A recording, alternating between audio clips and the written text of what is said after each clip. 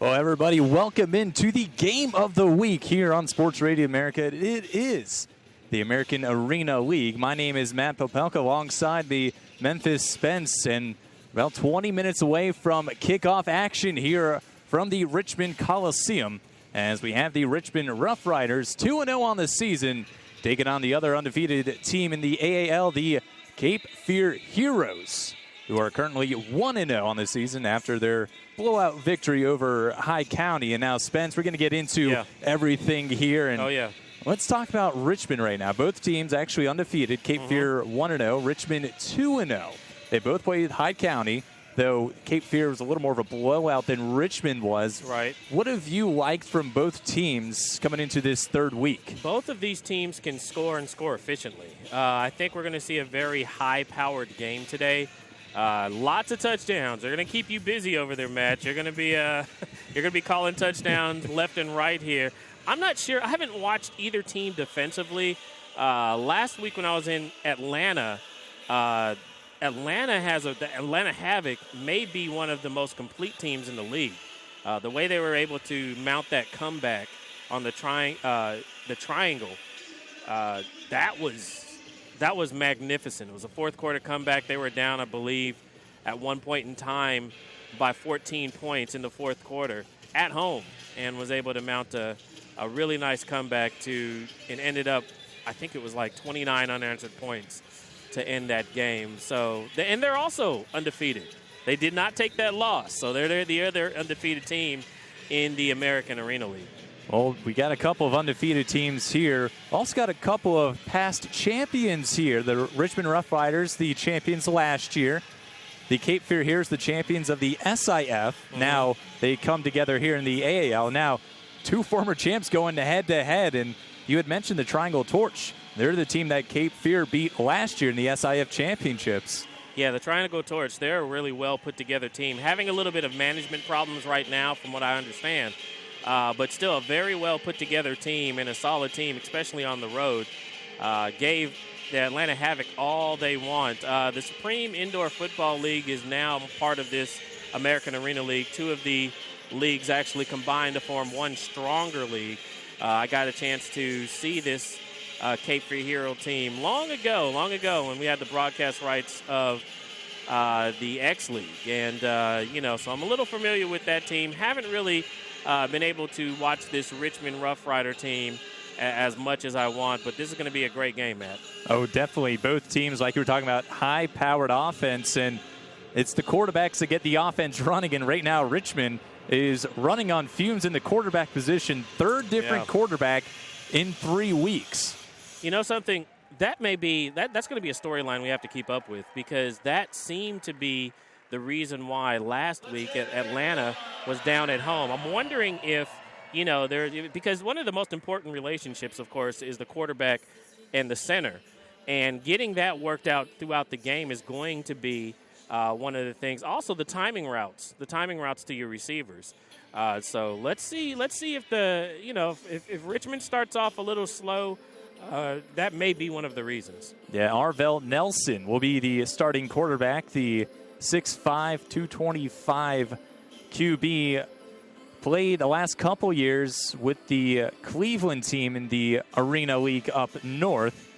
Originally from Texas Southern, also played at the University of Iowa as well. And he comes in after last game. Brian Randall, the former Virginia Tech star, was able to lead the Richmond Rough Riders to the victory. And before that, it was Rakeem Cato, the former Marshall star. Yes. And it's just a revolving door. And we had learned that Arvell Nelson actually is only going to be available for a couple of weeks here for the Richmond Rough Riders. So do they bring in another quarterback? Do they bring back Brian Randall? We don't know.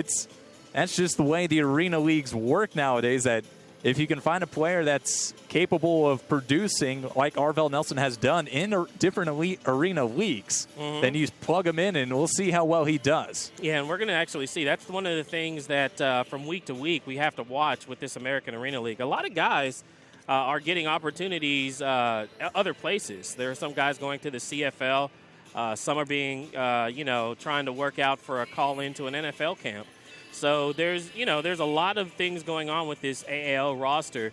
And from week to week, that's one of the honestly, that's one of the nuances of this league, trying to make sure that you have a roster with enough pieces to actually win.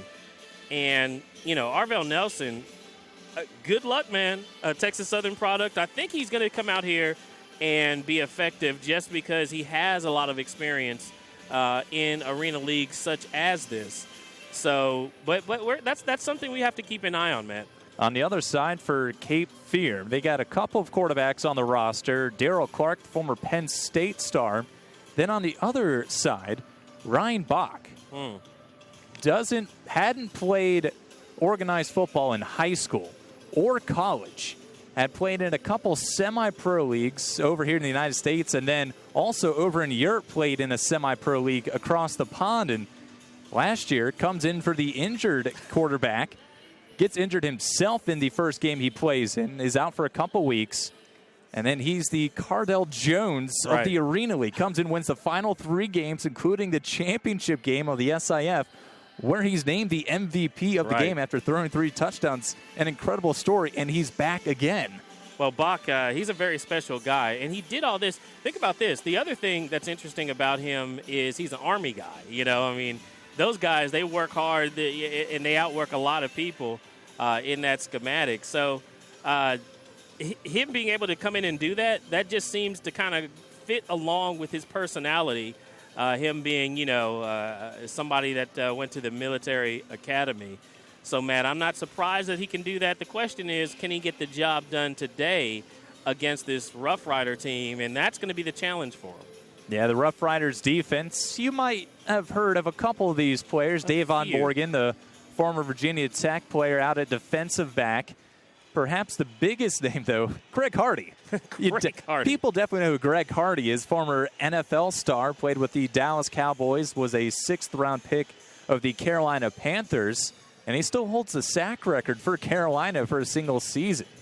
It's kind of weird, Matt. Everything comes full circle in life sometimes. Greg Hardy was in high school when I was at the University of Memphis. He's a Memphis kid. And, just watching his career, the ups and the downs, the pitfalls and the surprises of him throughout the years is very interesting. For him to actually have yet another opportunity with this Richmond Rough Rider team, that's going to be – I hope he uses this and actually uses this to the best of his ability. Well, also on that defensive line, Keontae Hollis, the former Akron Zips player, was the Defensive Player of the Year last year in the APF League, and he's back again. So a formidable defensive line for the Rough Riders. Some back-end players in the defensive backs that are also well-known and well-versed in the Arena League. It'll be interesting which quarterback Cape Fear goes with. They have 2 on the roster. They have 2 that played last week, 1 each half in that blowout victory. So it's just, is it Darryl Clark? Is it Ryan Bach? Is it going to be a short leash on one of them that they pull them early as soon as they throw an interception, or they have a couple of bad series in a row? It'll be interesting to see how the coaching staff works for the Heroes as well. Absolutely, Matt. And I tell you what, coaching in this league is, you're talking about a nuance. First of all, you have to figure out who, from week to week, who's on your roster. Second of all, and that's one of those things that, if you think about it, NFL coaches, unless there's a major injury or something like that, they don't have to figure out who's on the roster from week to week. But figuring that out and then coming up with a schematic, both defensively and offensively, to actually win the next game against your opponent. And, by the way, you don't know who's on their roster from week to week, any given way. So that's something that trying to game plan when you don't know who's on your roster and you may not know who's on their roster from week to week has to be a task, Matt. Yeah, one of the newer players, for the Rough Riders, Jeremy Gallen. He's a player that's small in stature, but he will cause fits all game long. You listen to that wide receiver at 5'8" and small in stature, but he was big back at the University of Michigan when he played there. As he is now on the active roster for the Rough Riders. Didn't sign with the team until this week, so that's another one of those things where it's a new player. He's got to learn the system pretty quickly. And we saw last week with Brian Randall, had some struggles early on for the Rough Riders. Eventually, things kind of sorted themselves out in the second half. He ended up throwing for 201 yards and 6 touchdowns versus 1 interception. So all in all, pretty decent game for a guy that was signed a couple of days before the actual game. Absolutely, Matt. That's a fantastic.